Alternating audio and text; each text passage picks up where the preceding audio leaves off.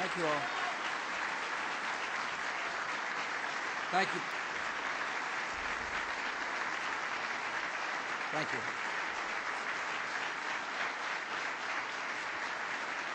Thank you. Thank you for the warm welcome. It's great to be in Miami. I've been looking for my little brother. He must have finally found work.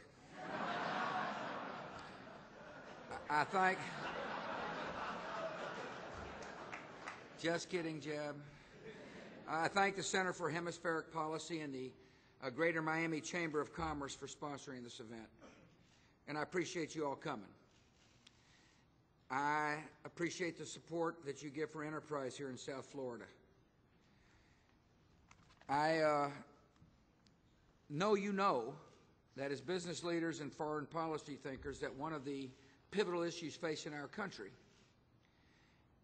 is expanding trade and investment. And that's what I want to talk to you about today. And it's a timely message because Congress has some important decisions coming up. I've made my mind about the importance of trade and investment. And now Congress is going to have to make up its mind about trade and investment, especially when it comes to free trade agreements with Peru, Panama, and Colombia. These agreements will level the playing fields for businesses, workers, and farmers here in the United States. These agreements will help our friends in neighborhoods and help them lift them out of poverty. These agreements will counter the false populism promoted by some nations in the hemisphere. These agreements will strengthen the forces of freedom and democracy throughout the Americas. I urge the congressional leaders to pass these 3 Latin American agreements as soon as possible.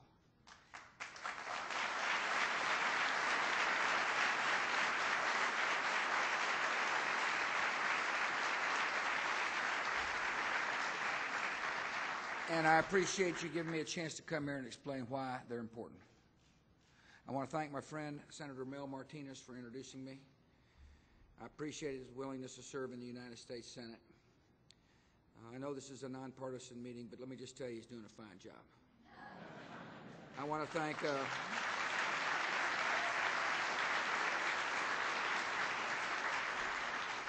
thank 3 members from the congressional delegation who are here, the Diaz-Balart boys, Lincoln and Mario, as well as Ileana Ross-Lathian. I'm honored you all are here. Thanks for coming.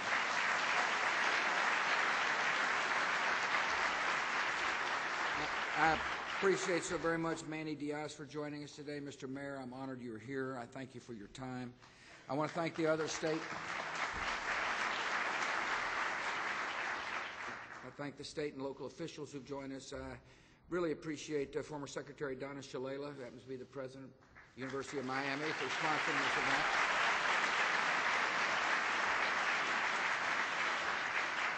I thank Hank Klein, the chairman of the Greater Miami Chamber of Commerce, as well, for hosting this. And I thank my friend Chuck Cobb, who's the chairman of the Florida Free Trade Area of the Americas, Inc., which is a group of citizens concerned about free trade. We meet at an historic time for this country's economy.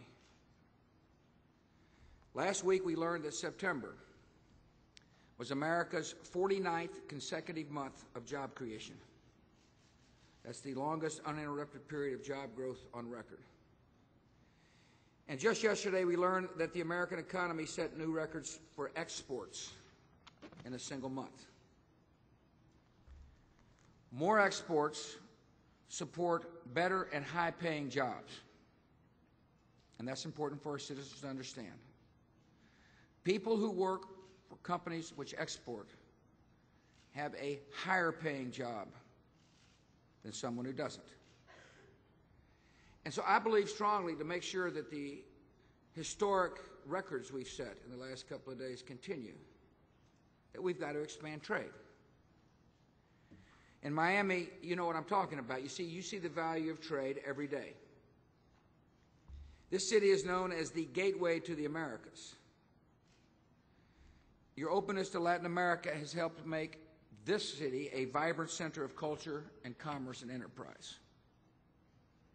People who know something about Miami understand the importance of trade to this city's future. Last year, $72 billion in trade passed through the Miami area, and nearly half of it went to our neighbors in the South. That trade helped the greater Miami economy grow at 6.7% in 2005. That's more than twice the national average. And the unemployment rate here has dropped to 4.1%. That is below the national average. I think the case for trade is unmistakable in Miami. And we need to make that case all over the country. I've come to a place that has benefited from trade so others around the country can understand it can happen in their areas as well. Expanding trade and investment has been a commitment, long-standing commitment of the United States. I'm not the first president to ever stand up and say we need to expand trade. As a matter of fact, presidents from Eisenhower to Kennedy to Reagan and Clinton have worked to seize the opportunities of free and fair trade. Opening up foreign markets for Americans' goods and services has been a high priority of my administration. In January 2001, America had free trade agreements in force with just 3 countries. Now we have agreements in force with 14 countries, including 7 in Latin America. Unfortunately, if we just talk about trade around America, I don't know what it's like here in Miami, but when you're discussing trade around America, you hear troubling signs. There's a protectionist sentiment that is beginning to gain strength in America and in Congress. Recent trade agreements have passed by slim margins. Deals that were really good for the American economy barely passed the Congress. Advocates of economic isolationism in Congress have claimed the agreements I've just talked about would be bad for American workers. One congressman offered this prediction: if the agreements pass, U.S. college grads will increasingly see a future in flipping hamburgers. That's the kind of rhetoric we're dealing with when it comes to whether or not this nation ought to be confident and open up markets for goods and services around the world. The results of the agreements are beginning to come in, and they're proving the critics wrong. In the 4 years since we implemented a free trade agreement with Chile, American exports to that country have more than doubled. In the 4 years since we implemented a free trade agreement with Singapore, American exports to that country have increased by about 50%. And in just 1 year since we began implementing a free trade agreement with Central America and the Dominican Republic, American exports to that region have grown by 13%.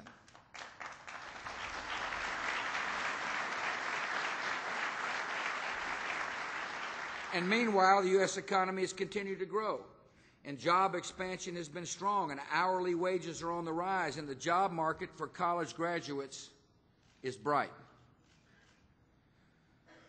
When trade expands, American workers gain. Because our workers are making products for people around the world who want to buy products that say, made in the USA. Congress now has an opportunity to build on this success by passing new free trade agreements with Peru, Colombia, and Panama. Today, all 3 of these countries enjoy duty-free access to U.S. markets for virtually all their products. They're shipping their goods our way, and most of those products enter America duty-free. Yet, when we ship our products their way, most of our products face significant tariffs. Our free trade agreements would knock down many of these barriers and level the playing field for our businesses and farmers and workers. Together, these agreements would expand access to 75 million new customers with a combined GDP of $245 billion. This May, my administration and Democratic leaders in Congress came together to forge a bipartisan consensus to consider these trade deals. And now it is the time to move forward with these pro-growth, pro-democracy agreements. And the stakes are high.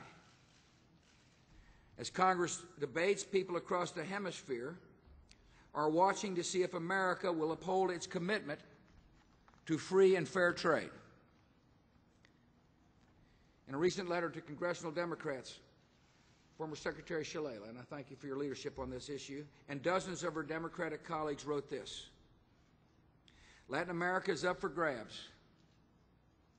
We fully recognize that asking the United States Congress to vote on these trade agreements is politically charged.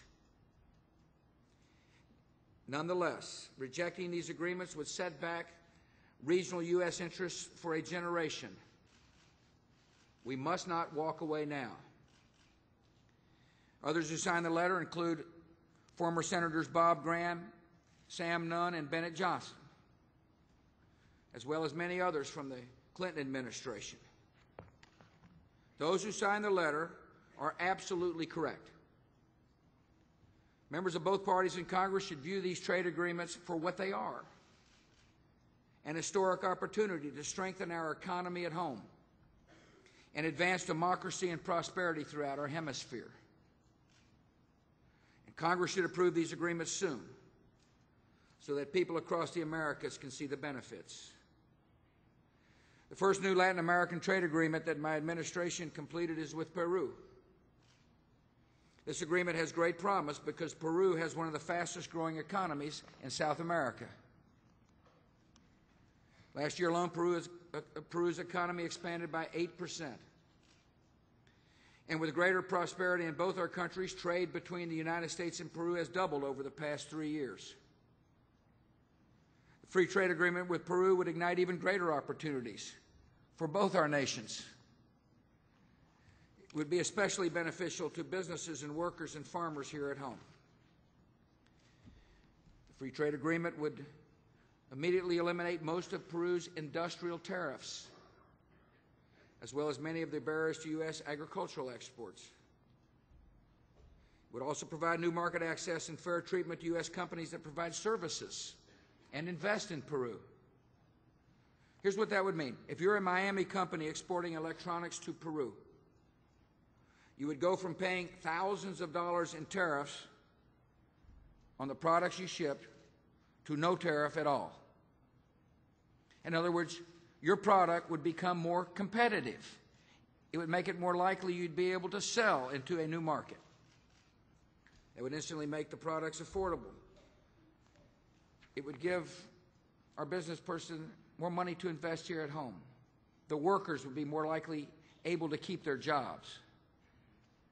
Free trade agreement with Peru would strengthen our partnership with an important democracy in South America. Last year, Peru held 2 rounds of free and fair elections. Through their representatives, the Peruvian people have made it clear they want to increase their ties to the United States.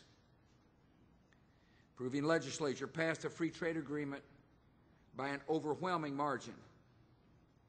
And now the United States Congress should show America's commitment in return by passing the Peru agreement quickly and with a strong bipartisan majority.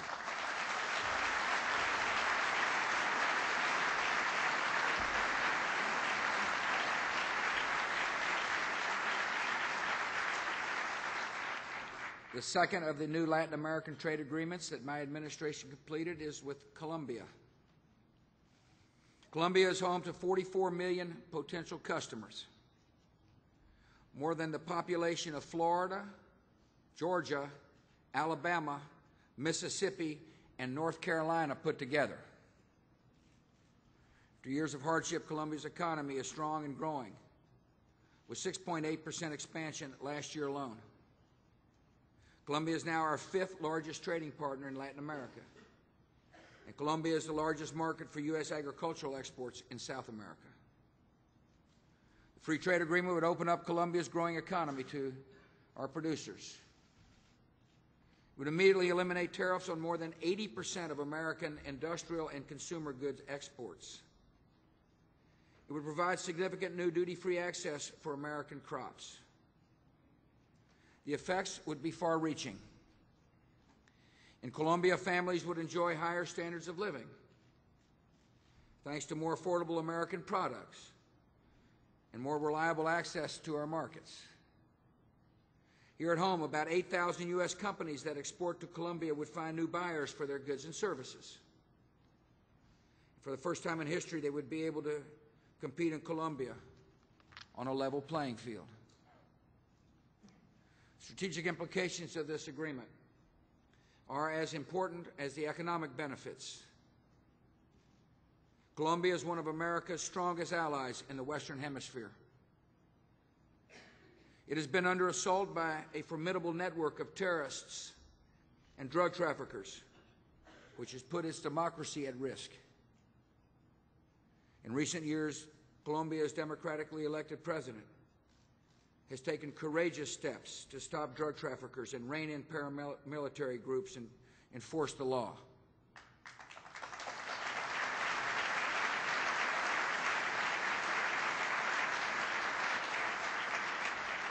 The United States has supported President Uribe's efforts through an initiative called Plan Colombia,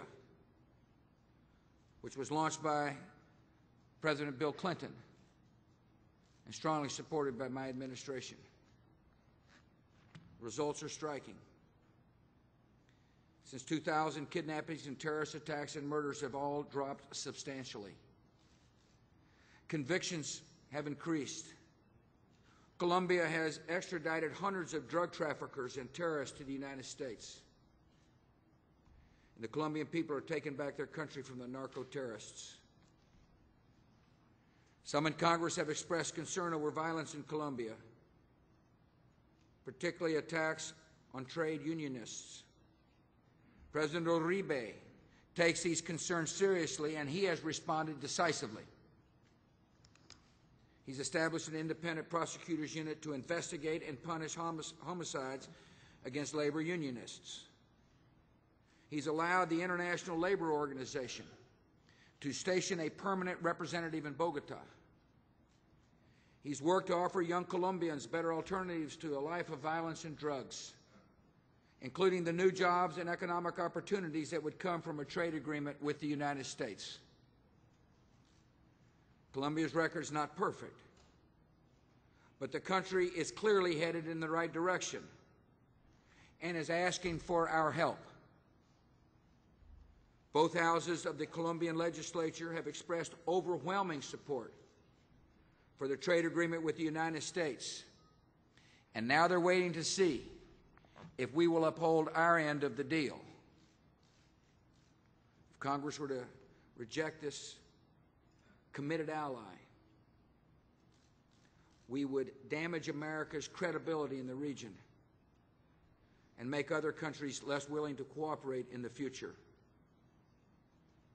As Prime Minister Stephen Harper of Canada put it, if the United States turns its back on its friends in Colombia, this will set back our cause far more than any Latin American dictator could hope to achieve. By its bold actions, Colombia has proved itself worthy of America's support. And I urge the United States Congress to pass this vital legislation as soon as possible.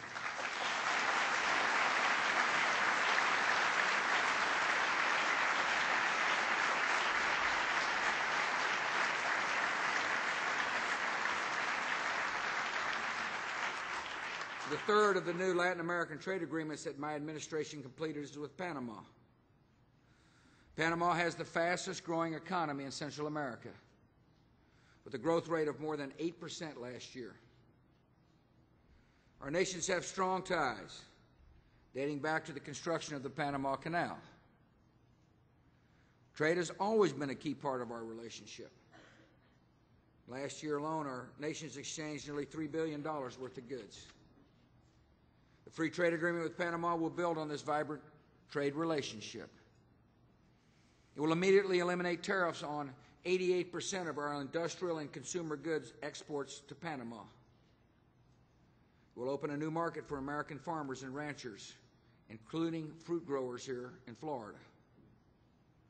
It will increase access to Panama's service sector, including its key financial services market. It will open opportunities for American businesses to participate in the Panama Canal expansion project. This is a good agreement, and we will continue to work closely with Congress and the government of Panama to address the issues necessary to get it approved.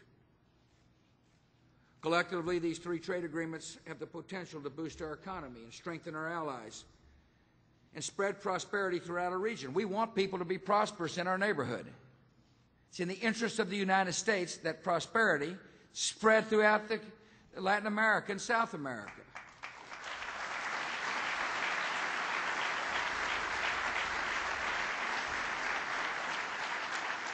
And yet many of our citizens feel uneasy about competition.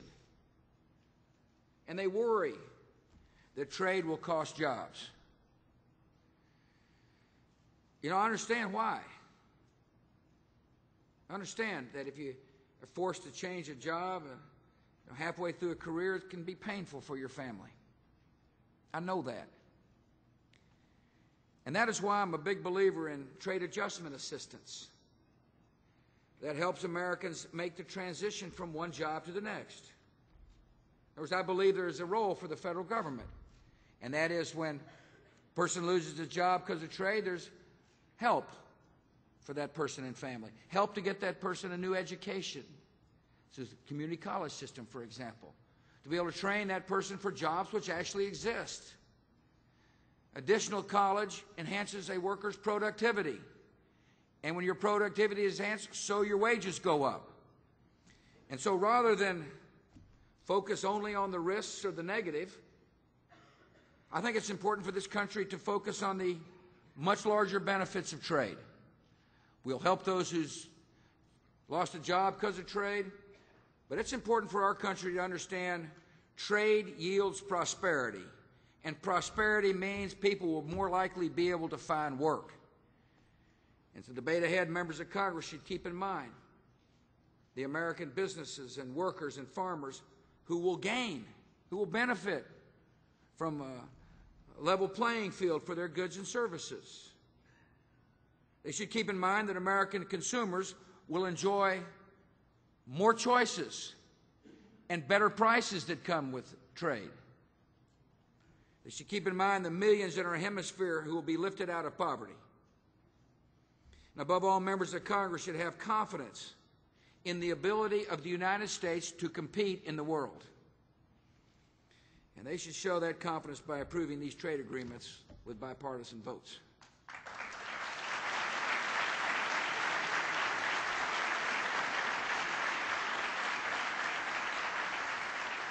In addition to these agreements, my administration will continue working to promote trade in other ways. At the national level, we will work closely with Congress to pass a landmark free trade agreement with South Korea. This agreement alone is projected to add more than $10 billion to our economy. And like our agreements in Latin America, it would strengthen our relationship with a democratic ally in a critical part of the world. At the regional level, we're seeking broad trade agreements in the Americas and Asia Pacific. And at the global level, we're pushing hard for a successful conclusion to the Doha round of trade talks, which has the potential to lower trade barriers across the world. All of this will bring us closer to a world that lives in liberty, a world that grows in prosperity, a world that trades in freedom. In our hemisphere, that means in Americas where democratic nations work together to advance peace and justice and security, where the opportunity to succeed is as real in Lima as it is in Los Angeles, in Bogota as it is in Boston, where the opportunity for people to realize dreams is just as real in Panama City, Panama, as it is in Panama City, Florida. And the vision I have for our hemisphere includes a free and democratic Cuba,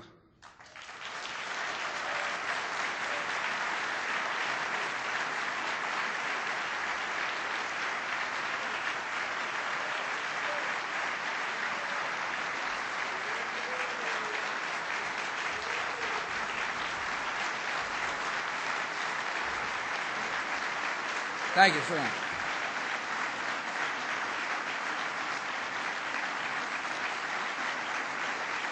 Thank you.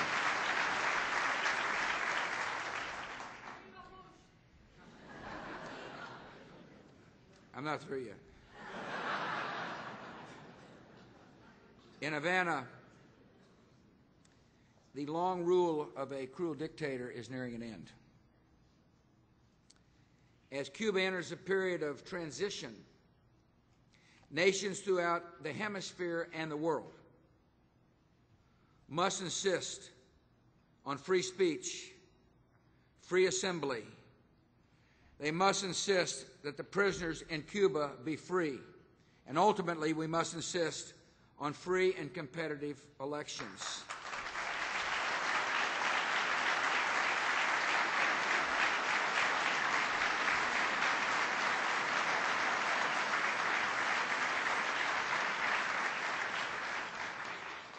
Siéntese.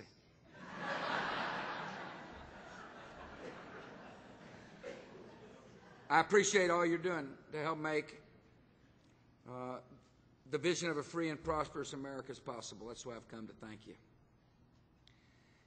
As business leaders who invest in new products and trade with your neighbors, you add to the vitality and dynamism of this region, and that helps our country.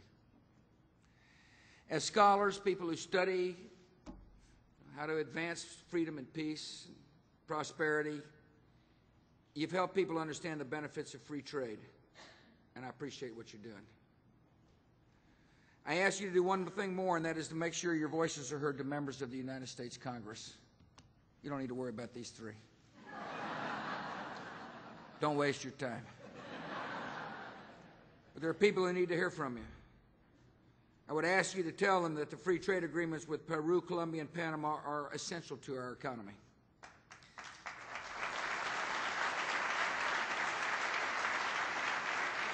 I would ask you to remind them they are essential to our security. And I'd ask you to tell them that they're important for our moral interests. Thank you for giving me a chance to come by. I appreciate you. Que Dios los bendiga.